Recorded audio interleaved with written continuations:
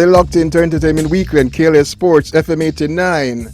Got in the house now, one of the selectors that is referred to as one of the 5 dinosaurs. The legend, the man that goes by the name Ricky Trooper. Trooper, welcome. Yeah, man, respect.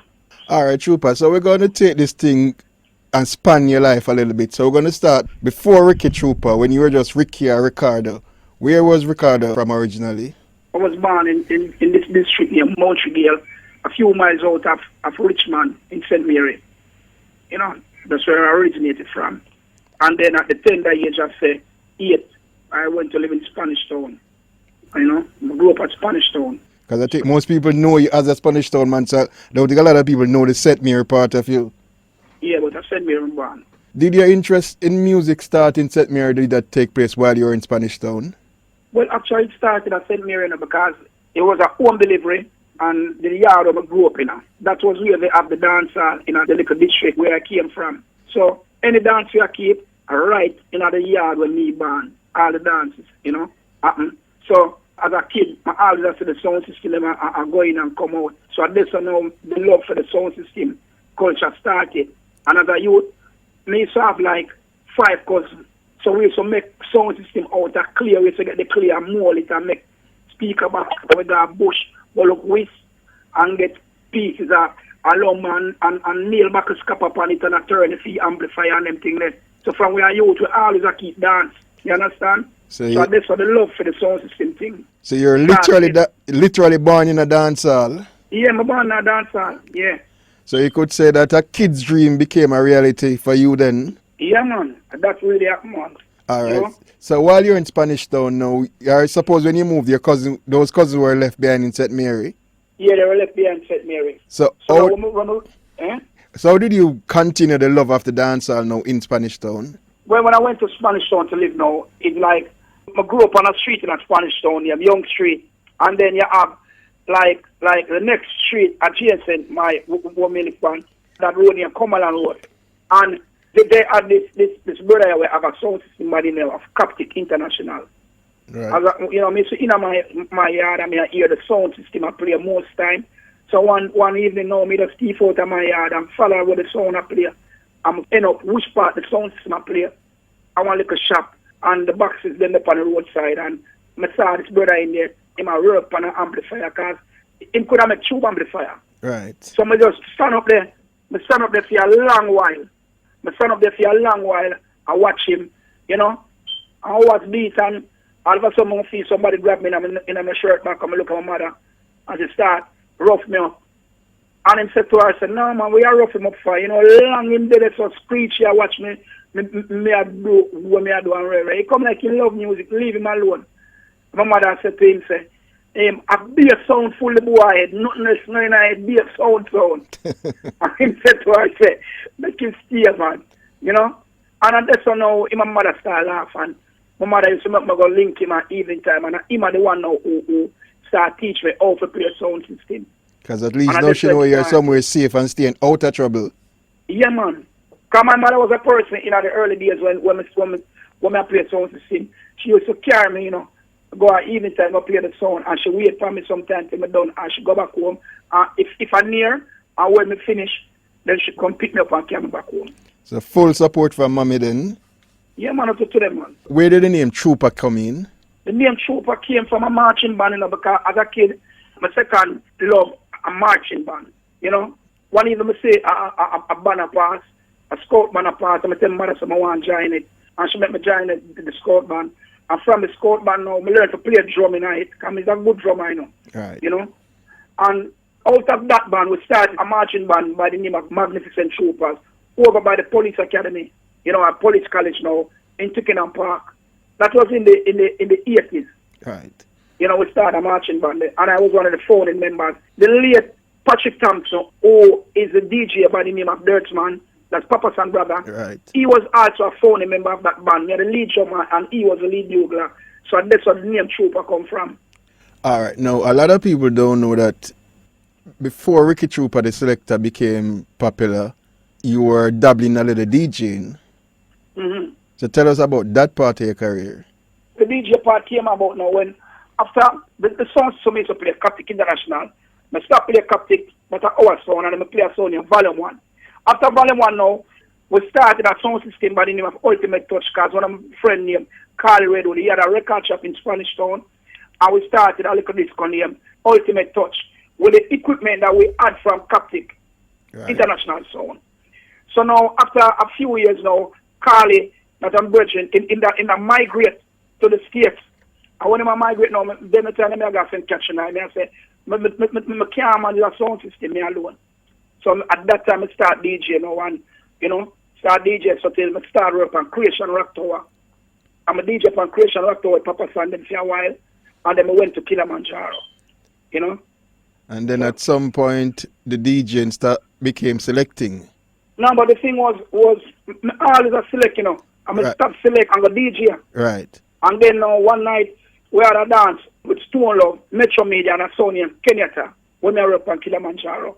And that time, DJs were DJing live and Jaro them time there. Right. We still have the original thing. And the selector would have played the song, Jeremy Lee. He went to him because Ninja Man never come on the dance early, Because Sky Juice today, I give him trouble and I give it to him, and he went to him. So when Ninja Man come now on a Jaro time to play, there was nobody there to play the sound system. I'm tell Ninja so I can't play the sound, and Ninja said, yeah, but Trooper, you don't know nothing about sound system and so forth. And I play the sound tonight, and Ninja will tell me, Mr. Harper, the owner Kilimanjaro, I said, Trooper can't play sound, and he played it fast and in style different. So the owner for Jaro staff said to me, say, yo, you want me to go down for evening time, learn the dub box and learn the record box and play the sound early and still DJ. But I never want to do that, So eventually, he just give me an ultimatum one day. Say, either I play the sound sometime, I'm not work. I'm just say, right, it never cost me nothing. Because, I just start play the sound. So till, I just switch back from the DJ role and turn a selector straight. All right. One of the things that you would have been known for over the years was the way you cut dubs. And even the way you mix the dubs when you're cutting them. How much of that would you say come from your DJing, from the DJ side of you? All right, all right, because the thing was, because I have that vast knowledge of music from the 70s that come up in the 80s, because to me, one of the greatest parts of our music, which most people really talk about nowadays, was the rubber dub era. Right. So the rubber dub era was an era now where if you play a certain song, you have to play 4 or 5 different cut of that song then. And then most of the songs them time they arranged, they were studio one originals. Right. And they play them over. So you would have to know studio one. So in those days, if you was a rubber dub selector and you don't know studio one, it come like say, you have a Bible and you don't know nothing about the Bible. So when we start playing sound now, Jaro was an original rubber dub sound. I never too stray from the roots with the sound system. No, me don't. I stick to the roots and the music and take the younger generation and put them on them already in there. You understand? When nobody wasn't doing. And sure, me could have mixed from the rubber dub days, can mix rhythm and everything there.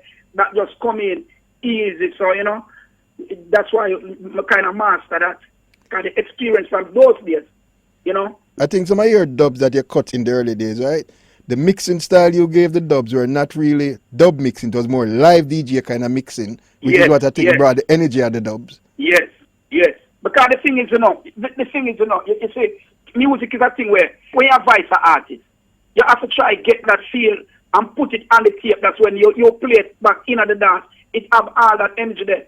So if you advise somebody and it not have the energy from you are recorded, when the time comes for you play back in the dance, it now have no energy. And I tell people, when you're cutting dubs, the more energy you get when you cut the dub is the more excitement and anticipation you have when you're about to play it, and you tend to feed that energy to the crowd. Yeah, because I brought something to the table in a way. Up to this day, I'm still do when Vybz and dub.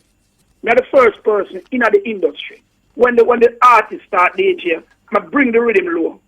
And you just hear the rhythm underneath in Vybz at the front part. And when him DJ the front part of the first lines and so, as in reach the punch line now, I just carry up the rhythm and start mix it from there. So it was like a acapella thing, like the first part, you just hear the rhythm barely, I play, and then I just drop it in and mix. Yeah, man, I'm originate that in the business, man.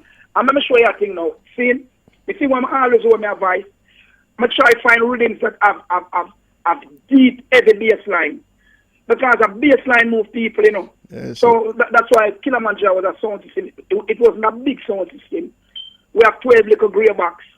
12 little grey box. But the thing about Kilimanjaro was a sound system where the baseline at Jaro was heavy, feet size.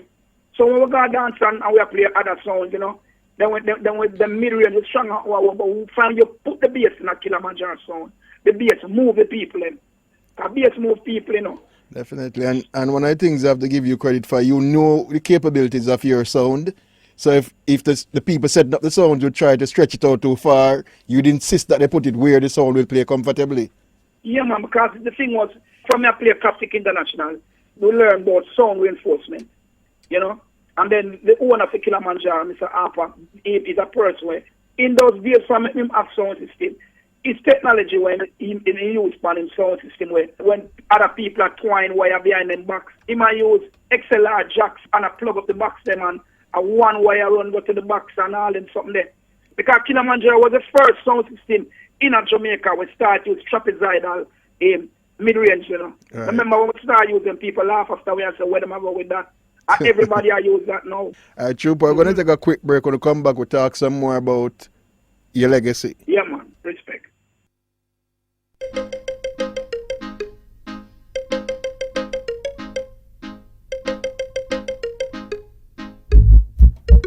Still locked into Entertainment Weekend. Still got Ricky Trooper in the house with us.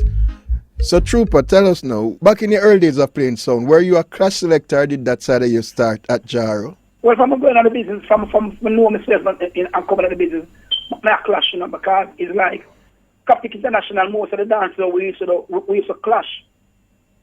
We used to clash from them time because on that sound system we used to have this DJ when you're ugly man used to work it. And Chronicle, that's the father of Chronix. Yeah, that's the father of Chronix. Original sound killer.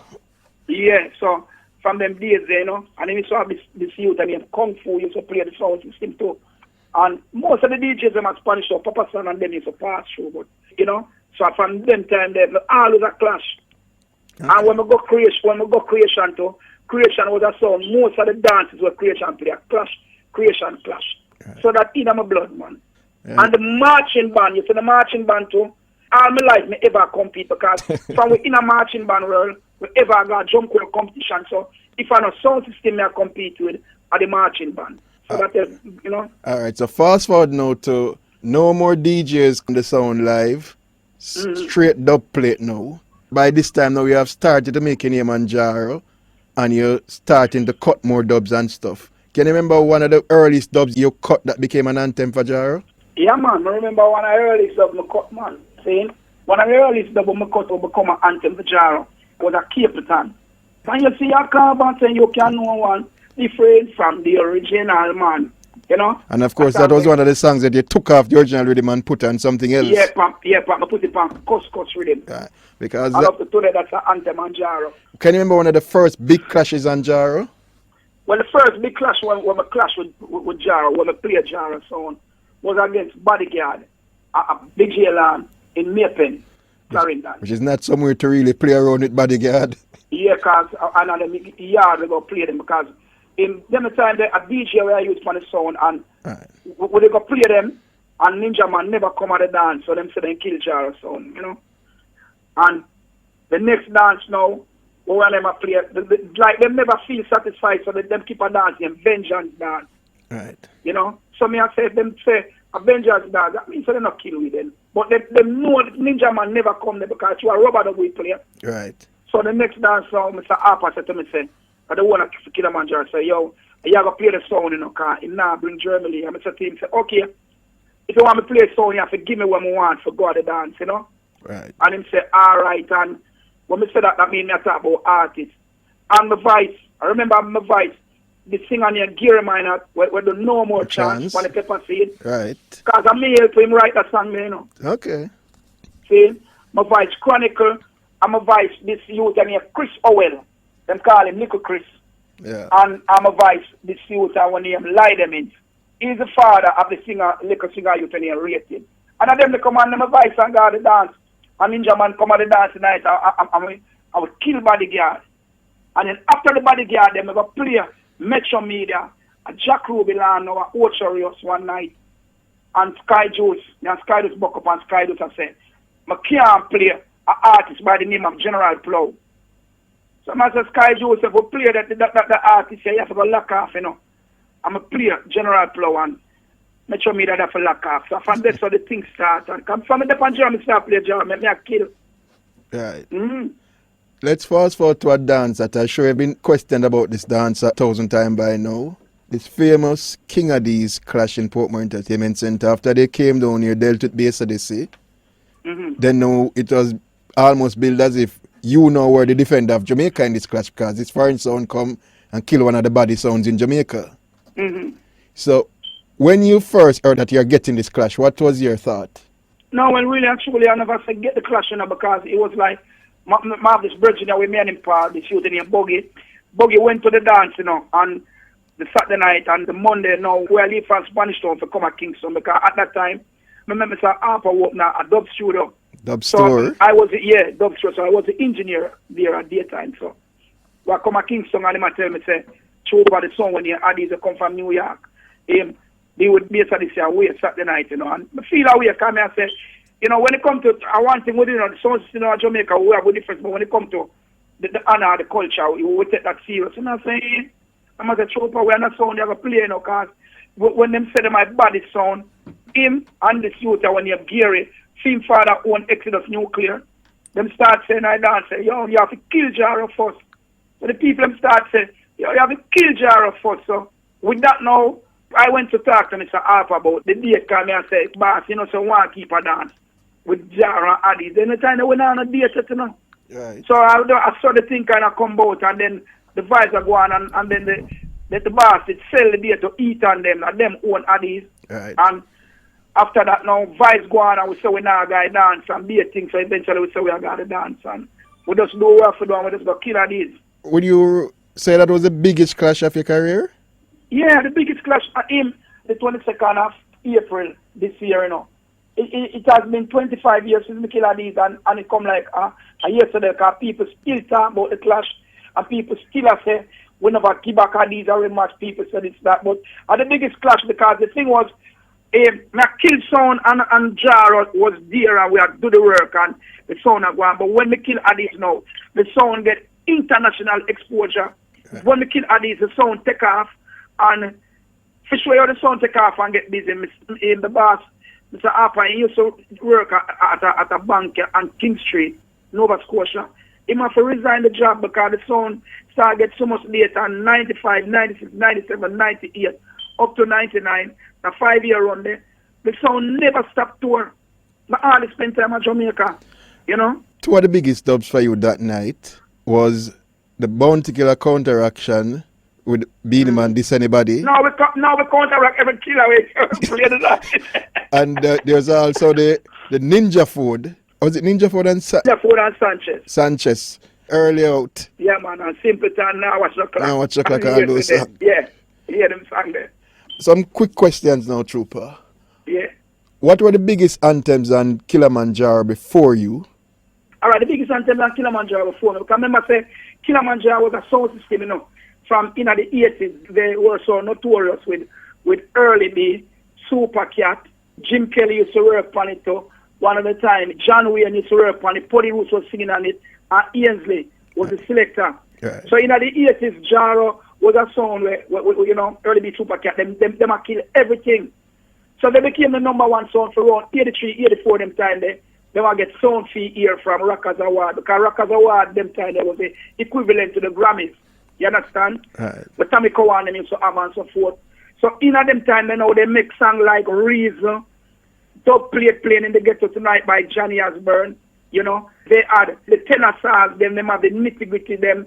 So in them time, you know, we get some song where them song there. What about the Puddy Roots? Did you cut the Puddy Roots or the Puddy Roots was before you? Puddy Roots Trying to Conquer. I got Jaro go get them song. They come remember Puddy Roots was a sing pan Jaro live, you know. See? All right, so tell us now about the anthems that you made. Well, all the anthems that when we make for Kilimanjaro now, all the Garnet Silks that Jaro have, I'm going to cut them song there. Dennis Brown and Garnet Silk, Jaro are the only song can play Dennis Brown and Garnet Silk in a combination. Likewise with Garnet Silk and Lucian in a combination. Jaro have a collection of Sizzler where I don't feel no sound in Iraq can match up to that. When it comes to Luciana also, I was the one who made Luciana famous, you know. I'm a boss Luciana upon sound system. That's the next question now. The artist that you made while playing Jaro. Yeah, you know, Luciana, Anthony B, you know. Sizzler, of course. Jam Mason, whole heap of them, star, whole heap of them. See? All of them youth, the Predator them and Ninja 4 them and Virgo man, all of them youth there. All of them youth there will come and bust after. All of them youth there come through my ranks. Based on my current memory, I would have to say you and Panther were the selectors that did the most damage with young and unknown artists. Yeah, man, that's a true, man, because I'm sure you think now. See, when I met Mr. Harper out in the studio and I started there, you know, it's like he was so busy with the job at the bank. That means me have the sound on my hand, but when a new studio, we used to have a lot of young talents come there. I mean, I say, okay, if you have a class certain sound, they know you will play a Bounty Killer, they know you will play a Beanie Man, they know you will play a Cabra, they know you will play a Spragga Benz. See? So I always have to tell myself, say, okay, if no clash now, I want to go with some people where them don't know. Because over the years, the songs them will always kill sound system are the unknown. So me just work with a song that you never prepare for. Yeah. And if you mention some artists and that era where you had your one Bounty Killer, but you were playing with everybody that was loaded with Bounty Killer, what was that feeling like knowing that you had that one Bounty Killer and you had to face these sounds that were loaded when Bounty was killing off everybody? Well, the thing is, you know, I learned that from my mother. When I grew up, you know, my mother was like, most of the time, my mother and father. So, certain things when you don't want in her life, it wasn't there, so she always tell me, say, satisfy with what you have, and anything what you have, proud of it. So, that's time, you know, when we don't have a Bounty Killer, I go dance. I just say, you know, Bounty can't kill my son, because he's just one artist, you know. You can't kill my son, because how much Bounty you can play for one night, because if you give people rice to eat, every day or for one whole night. They might cry, they might want a little gravy upon it. Yep. See? So me just, you know, it never troubled me. So I guess when they were all focused on Bounty, it made it so much easier for you to play the other artist. Yes, you know. Alright, Trooper, one more quick break, then we'll come back because we still have a few more things to discuss. Yeah, man. Respect.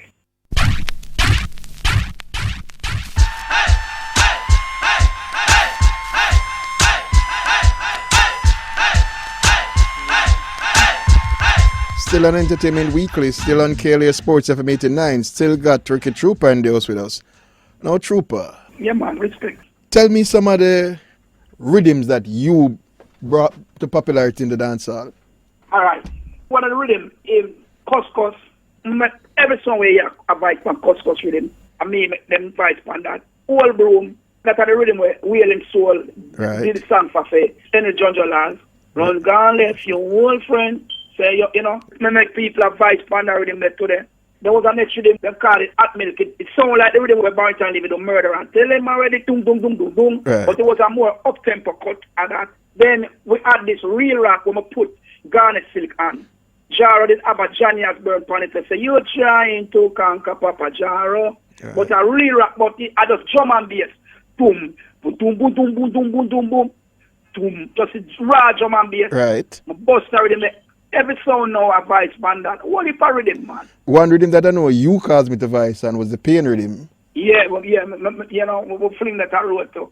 So it was a vice where I always use with them with people now use, you know.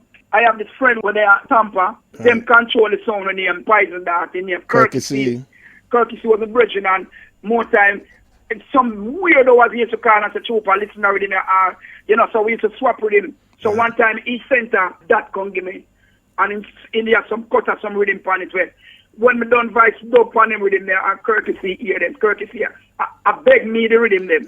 And I said, but I you send that come give me courtesy, you know. So that youth, it was a youth where me and him do a lot of work when it comes to the rhythm thing, you know. Which show that you weren't so up in yourself that you wouldn't take advice or take suggestions from other people as well. No, because the thing was, you know, when we down the studio, you know, we used to have a whole heap of young artists show me around 25 of them. And when we have clash, all of us sit down and we talk about the sound we ever play, and everybody opinion counts. We never shoot down somebody and say, no, we don't want to hear that, are foolishness you talk. Most of the things that we do, sometimes some things that them say, and they take it a joke, and we just vice them song there and it works. All right, now, tell me the top 5 sound systems that you would say give you the most problem or you think the most about when you have a clash with them. The person who have the most notorious clashes with, King Panther, that time Panther play Black Cat. Right. And BSADC, Panther, BSADC, we have a rivalry for that go on for a longest while. We are Super Deep, have some serious dance too, Was that in the Nuts era? Yeah, man. Right. That time Nuts and Freddie played Super Deep. Right. And David Radigan. Me and David Radigan fight some epic battles. Serious fight. But I'm going to put Addis in that because I don't know Addis play like 4 times in our whole career. It's like the big dance with them was just a one time me and them really class. So I now put them in like. Right. But me I talk about people who me and them on clash a regular. Yes, I say Black Cat, David Radigan, Super D, and show that sound now me that say me and them clash and it was fierce. Fierce. I remember the morning because the thing was, there was a time when they called Jara out of business at Kingston, So basically it was just the Jara, Odyssey, Black Cat at the time. Yeah, and then they draw some allegation against Jara sound and say certain sound can't play with Jara, Right. And we end up start play a country mostly. So when we start play a country mostly now, I have to put bodyguard in it too. Right. Saying Jara and Black Cat start playing enough. Because like every day we play. And then BSADC get in the mix, bodyguard get in the mix. So after a while, we have a country alliance, and so we get to boss so one of them get famous because each way the trooper help the Panther help the Lynx help this one here, and all our boss. We help to boss one another. All right, so we know the 5 dinosaurs. 4 still alive, rest in peace, Quincy. Outside of the other 3 dinosaurs, who are some of or maybe the top 5 selectors that you rate as good clash selectors? I rate LP sound. That's Puma and the crew. Them you the bad. See, one at a time, you have Turbophonic. Winter Fresh, yeah. Them you the go on good too. We have some serious clash to with the sound from New York. I soon tell you what them name. Earth Ruler? No, I play Earth Ruler, but no Earth Ruler, no. Earth Ruler, them, them alright, but right. solid them sound, man. Them. Soul Supreme? Yeah, we have Soul Supreme play some serious dancing. After a while, we have some serious dances, 4x4 Exodus too. Wicked and Punch and the crew. See?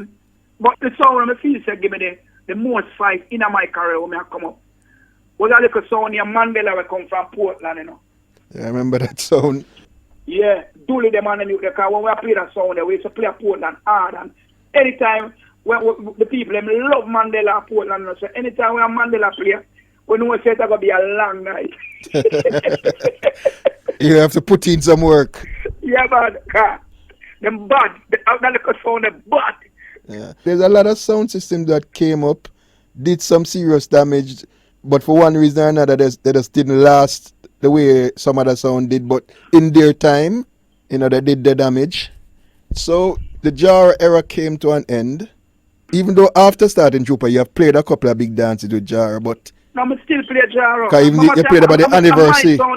Right, because you played the sound at the anniversary. Yeah. Earlier this year or late last year? Time flying so fast. Late last year. Right. I remember you playing the sound at that dance. But when you decide, all right, this is Jaro, my sound, but this is Mr. Harper sound, I want something for myself. So Sound Trooper came about now. How difficult was it to establish Sound Trooper and get people to take Sound Trooper serious? It was hard, because the thing was, the following when I'm up on Kilimanjaro, it's like me have the whole world that follow me. Because I convert a lot of youths to becoming selectors and stuff like that. So when me say I left Jaro, it's like me betray them. So it took me a long while to win back a lot of those fans because, Kilimanjaro is a sound system where I don't care what nobody wants to say, To me, Kilimanjaro is the biggest following worldwide. Africa, everywhere, all over the world, because I have been to most of the countries in the world where music play. Africa, Australia, New Zealand, me go everywhere. I don't know where I don't go. See? And the thing is, anytime I go up on a sound system, I used to play music. We used to listen from Jaro, we give the inspiration.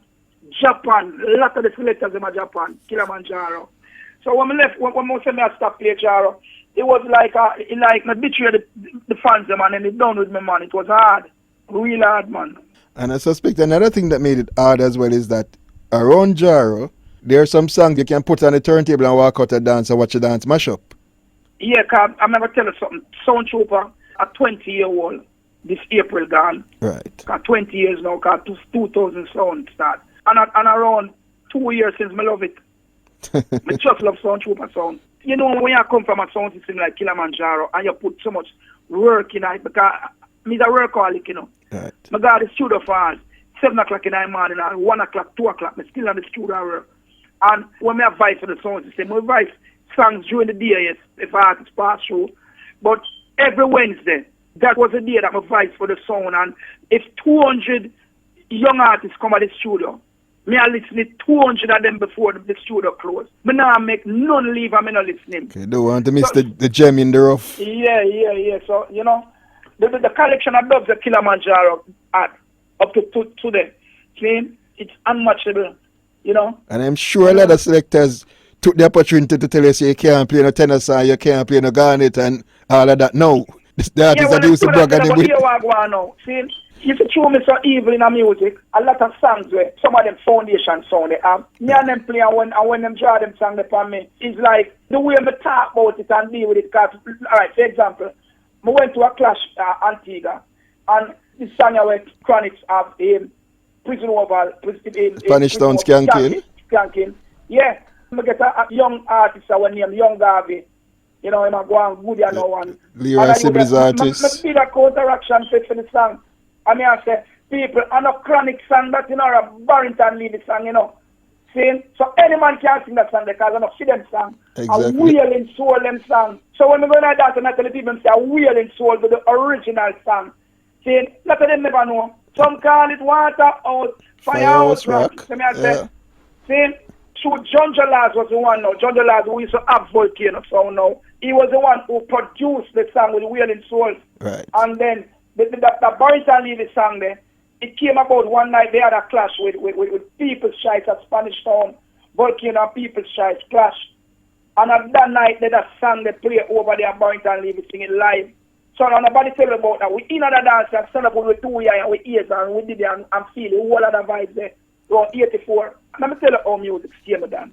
Music is a thing, you know. Where are you alright, the way the youth them play music nowadays then. See? Most of them play for BPM and them just feel say music play one way. Right. Laptop come in and a lot of them for them start play, then lift up them head off on them laptop, you know. Them head down on them laptop the whole night. How can you be playing music? And you hold on your head or the laptop so high in front of you, you can't see the audience. The way me know music play, when you play a song, as the song starts, you lift up your head and you look on the audience. Exactly. See? And you see them move, you say, yeah, me up then. You play a next song, you see them move harder, you say, yeah. See? And you see another group. It just goes up boom and you play. And you say you play a song and then now move, you say, yeah, me I lose them, you know. You play a next song and you hold up your head and look on them, me I lose them. But the way them play music now, them just hold on them head. And they're not business about the crowd. They just play BPM and say, the song have to play with. So. I call them playlist selector. You make a playlist at home and come play the playlist in the party.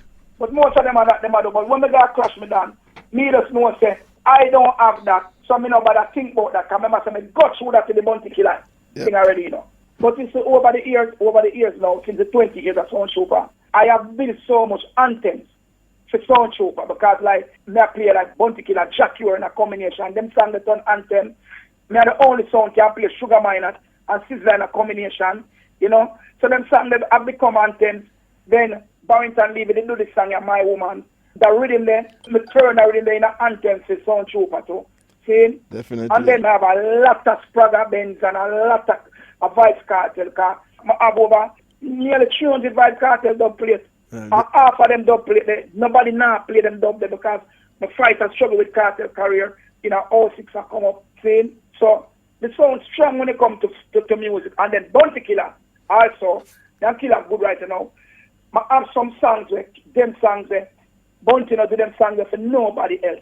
So I can't go in any dance and, you know, Killer now do them songs there for nobody else. You know, a friend said you're going to lock off if you make no talk because nobody have them. No, man. There are some songs that Bounty do. But them songs there, make special feed sound and some combinations that he did with some artists from overseas, and would get them combination done. And a lot of them songs are not them in my side of the world. They don't know them songs because most of the play are Europe. Right.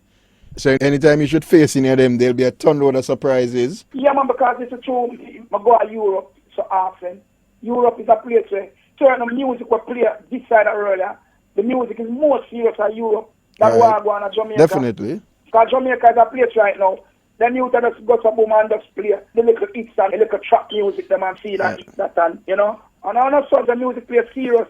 That's even why Africa. That's why when Africa some of these play some music serious so. That's why when some of these little sounds go overseas to some clash, them get surprised because you know when you go face the supersonics and even with the Japanese sounds, a lot of people this side think that Mighty Crown is the extent of Japanese clash. There are a lot of serious sounds in Japan that will kill a lot of these sounds out here that think they're bad. Well, I want to show you something. I'm going to show you a secret with you.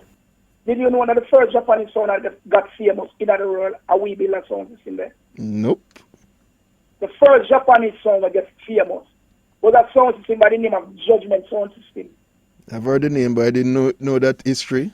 Yes, because we have Kilimanjaro. And Kilimanjaro, I saw we bring that sound there road, you know. I have a friend with me in Power, and you know, I'm going to listen my inch. You know, through all my career was the Union Buggy. That sound system was the brainchild of Buggy. Because then you used to have this suit when you're Tucker. Tucker was a Japanese youth where he used to sell records. Right. Buy records and sell them back to Japan. And I saw Buggy build the sound. And I saw when they get famous and clash.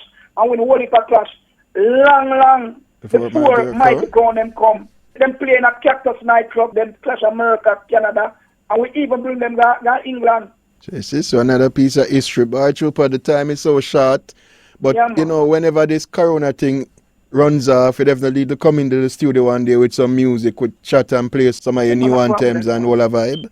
Yeah, man, and thank you for the platform, man, to share some of the history. All right.